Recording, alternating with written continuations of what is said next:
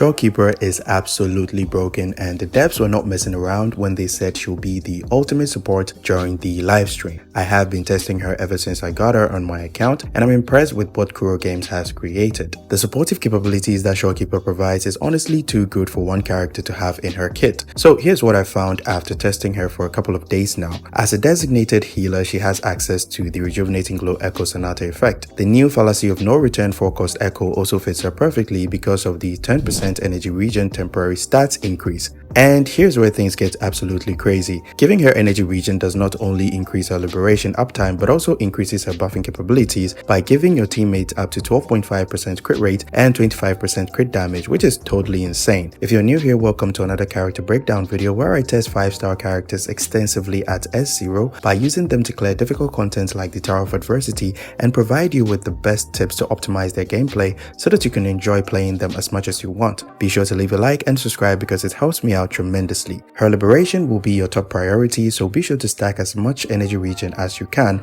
up to 250 energy regen, which will allow you to get 100% liberation uptime because the duration is 30 seconds and the cooldown is only 25 seconds. It also ensures that you get the maximum 12.5% crit rate and the 25% crit damage per her liberation's description. Keep in mind that having her weapon influences how you choose your echoes. Her weapon gives you a whopping 77% energy regen. This means that you only need to equip one 3-cost energy regen echo, and here's why it's a good idea to do that. At level 25, an energy regen 3-cost echo will give you 32% energy regen. Adding that to her weapon gives you a total of 109% energy regen. Her self-gravitation inherent skill also grants you 10% energy regen, and the Fallacy of No Return echo will also give you 10% energy regen as well, adding to a total of 229% energy regen if we add the 100% energy regen that every character gets by default. You can easily get the remaining 21% energy regen from your echo substats, which will let you gain the maximum 250% energy regen. From these calculations, you can see that equipping 2 3-cost energy regen can easily make you overcap if you have her weapon.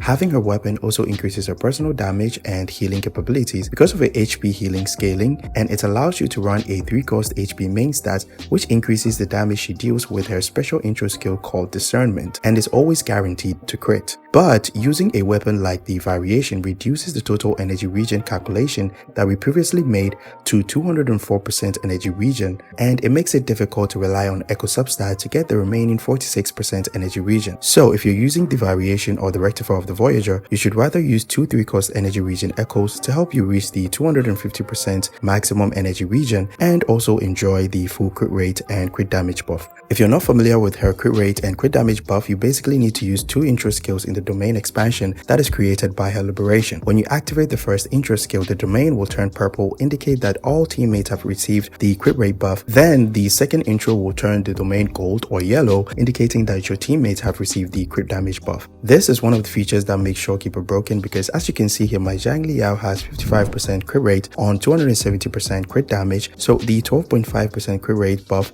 helps ensure that I can get the most out of my huge crit damage. Her Resonance skill has a unique feature that allows her to start her basic attacks from the second stage, which will be helpful at the quick concerto energy regen section of this video. It will also heal all party members, helps you recover Resonance energy, and most importantly helps recover 20 concerto energy. Now let's look at how you can quickly regenerate concerto energy. There are 4 sources of recovering concerto energy, including damage from her Flare Butterflies, Resonance skill, Resonance liberation, elation, transmutation, and her intro skills. Her Resonance liberation will generate 20 concerto energy, and her Resonance skill will generate 10 concerto energy, which are actually pretty straightforward. So let's talk about the rest of the concerto energy generation sources. Shorekeeper can regenerate full forte stacks and collapse cores by doing her 4-stage basic attacks, where the collapse cores will be floating around the enemy. You can turn these collapse cores into little missiles by either using a heavy attack called Elation or a plunge attack called Transmutation when your forte stack is full to track down the enemy to do a little bit of damage. Here's where one of her issues comes up. The difference between the plunge version and the heavy attack version is that the plunge version will allow her to start her basic attacks from the second stage, which seems to be good in theory, but after several tests in the tower, it's just not worth it because you'll be vulnerable to damage once the plunge animation begins. begins. The heavy attack version will rather help pull enemies in addition to turning the collapse cores into butterfly missiles. I suggest that you always use the heavy attack version because you can cancel out of the heavy attack animation as soon as it begins with a dash, which will consume the stacks and create the butterfly missiles and give you the same amount of concerto energy that the plunge version would give you. For swap cancel teams, the plunge and the charge attack animations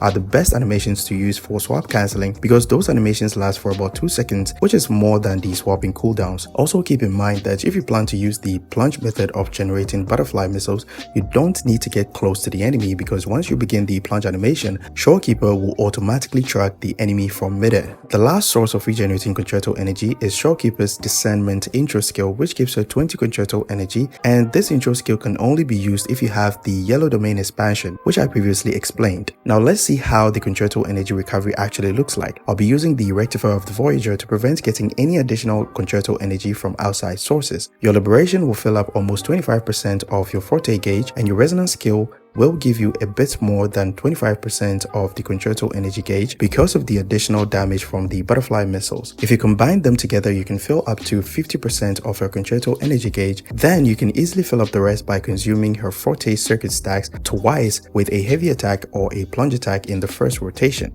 You only need to consume your forte stacks once in the subsequent rotations if you use the discernment intro skill, which also fills up about 25% of your concerto energy gauge. Also keep in mind that dodge counters gives you a decent amount of concerto energy, so dodge if you have to. Now let's tie all these tips together with her team rotations. I tested 2 hypercarry teams with Jinshi and Zhang Liao in the overdrive zone of the Tower of Adversity. For the Zhang Liao team, the rotation is as follows. You first need to start with Shorekeeper's skill and then follow up with her basic attacks to generate full forte stacks and then consume them with your heavy attack, but make sure to cancel the heavy attack animation with a dodge when the animation begins, and then complete another full sequence of your basic attacks and then consume them with your heavy attack once again. You can see here that I dodged, which filled a decent amount of my concerto energy. Also make sure that her concerto energy gauge is a bit greater than 75% before you use your liberation, because your liberation doesn't exactly give you the remaining 25% and it also helps increase the liberation uptime.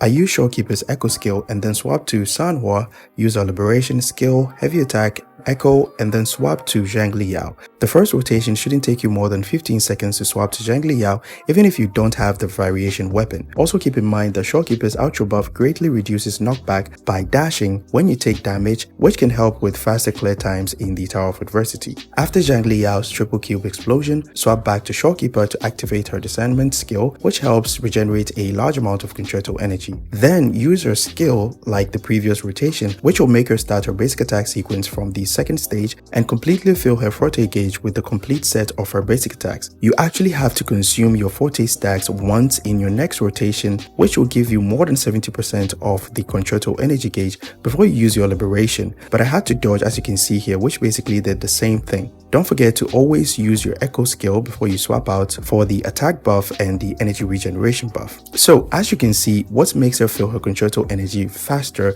is the addition of the concerto energy from the discernment intro skill. Keep in mind that if you fail to activate the discernment skill by activating the normal one called enlightenment, you get only 10 concerto energy, which will make her spend more time on the field. For the Jinshi team, here's how the rotation looks like. You first start by activating Shorekeeper's liberation and then swap back to Jeji to use her liberation. Then swap to Jinshi and use her Dragon Nuke resonance skill to gain a free outro, but don't use her echo skill. Swap to Jeji to recover half of her forte stacks and then swap back to Shorekeeper to activate her echo and then back to Jeji again. Do some basic attacks to fully fill her forte stacks, and then use her 3 teleportation attacks to fully fill her forte gauge, and then swap back to Jinshi. Use her echo, and then cast her Dragon Nuke resonance skill once again. After that, swap back to Shorekeeper to activate her discernment intro skill. Use Shorekeeper's skill, and then do some basic attacks to consume your forte stacks once, and then use her liberation, and then swap back to Jeji to continue the rotation as we did before. The only downside is that we have to skip Shorekeeper's outro buff in the first rotation, and the damage difference is about 73,000. For her weapon alternatives, the rectifier of the Voyager works surprisingly well with her. The Jinshi Tower run that I I showcased in the rotation section was actually completed with the rectifier of the Voyager on Shorekeeper, so don't be forced to pull her weapon just yet, since you can easily refine it to rank 5. The variation is also very decent, mainly because of the ceaseless area passive, which gives you additional concerto energy and the energy regen substat. These are the only two alternative weapons that I would recommend for Shorekeeper. She's also very good at S0 per my testing, but feel free to pull for her sequences if you really need them. That will be all for the tips I have for Shorekeeper. Catch you guys in the next one. Bye bye. So please whatever.